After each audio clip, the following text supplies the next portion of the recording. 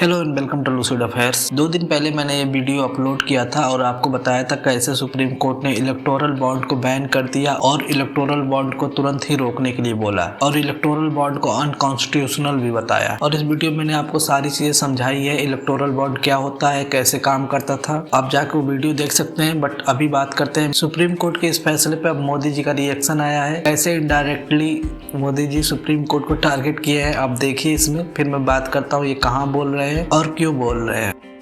कि अगर आज के युग में सुदामा श्री कृष्ण को एक पोटली में चावल देते, वीडियो निकल आती, सुप्रीम कोर्ट में पीआई हो जाती और जजमेंट आता कि भगवान कृष्ण को भ्रष्टाचार में कुछ दिया गया और भगवान कृष्ण भ्रष्टाचार कर रहे थे, इस व्यक्त में हम जुगर रहे हैं। तो आपने जैसा सुना, उन्होंने कहा कि अगर सुदामा जी पहले एक चावल की पोटली दिए थे श्री कृष्ण, जैसा हम लोग बचपन से देखते हुए आ रहे हैं, फिर श्री कृष्ण चावल खाते हैं बहुत प्रेम से और सुदामा जी का घर नगर सब बन जाता है। Modi ji indirectly supreme court को टारगेट कर रहे हैं, जो सुप्रीम कोर्ट ने इलेक्टोरल बॉन्ड को बैन कर दिया है। बता रहे हैं कि सुदामा जी अगर आज के जमाने में श्री कृष्ण को चावल देते, सुप्रीम कोर्ट श्री कृष्ण पे भ्रष्टाचार का आरोप लगा देता है। ये बातें मोदी जी बोल यूपी के संभल में, जहां पर श्री कल्की धाम का फाउंडेशन स्टोन रखा गया।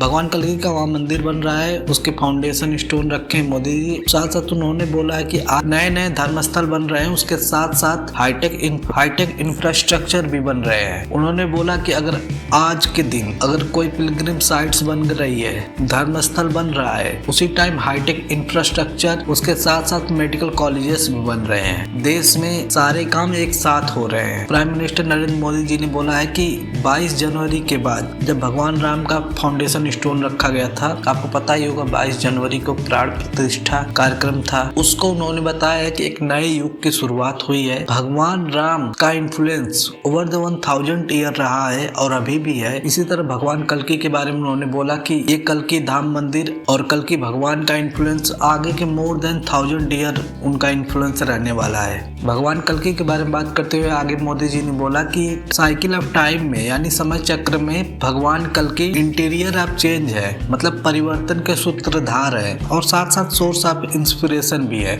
मतलब इंस्पिरेशन के स्रोत भी है। सुप्रीम कोर्ट ने इलेक्टोरल बॉन्ड बैन कर दिया और इमीडिएट इफेक्ट के साथ रोक दिया। और उस वीडियो में मैंने बताया था कि इलेक्टोरल बॉन्ड सिर्फ और सिर्फ SBI के कुछ सेलेक्टिव ही बैंक में बनाए जा सकते थे और वो जो बॉन्ड बनेगा उसको 15 दिन के अंदर जमा करना होगा, तब पैसे मिलेंगे, नहीं तो 15 दिन बाद ऑटोमेटिक उस इलेक्टोरल बॉन्ड का पैसा प्राइम मिनिस्टर रिलीफ फंड में चला जाएगा। और जितने पिटिशनर थे उन्होंने इसमें समस्याएं दिखाई कि कोई पार्टी को कोई कंपनी या कोई इंडिविजुअल पैसे देता है और वो नाम नहीं शो करता है तो आर्टिकल 19 जो कि है राइट टू इन्फॉर्मेशन, तो लोगों को पता होना चाहिए कि कौन कंपनी, कौन इंडिविजुअल किस पार्टी को कितना पैसा दे रहा है। ये पहले कहना था पिटिशनर का। दूसरी बात ये कहनी थी कि इस तरह से तो रूलिंग गवर्नमेंट को हमेशा ज्यादा पैसे मिलेगा और रूलिंग गवर्नमेंट को ही लोग कंपनियां पैसा देंगी, नहीं तो उनके साथ रूलिंग गवर्नमेंट पार्शियलिटी करेगी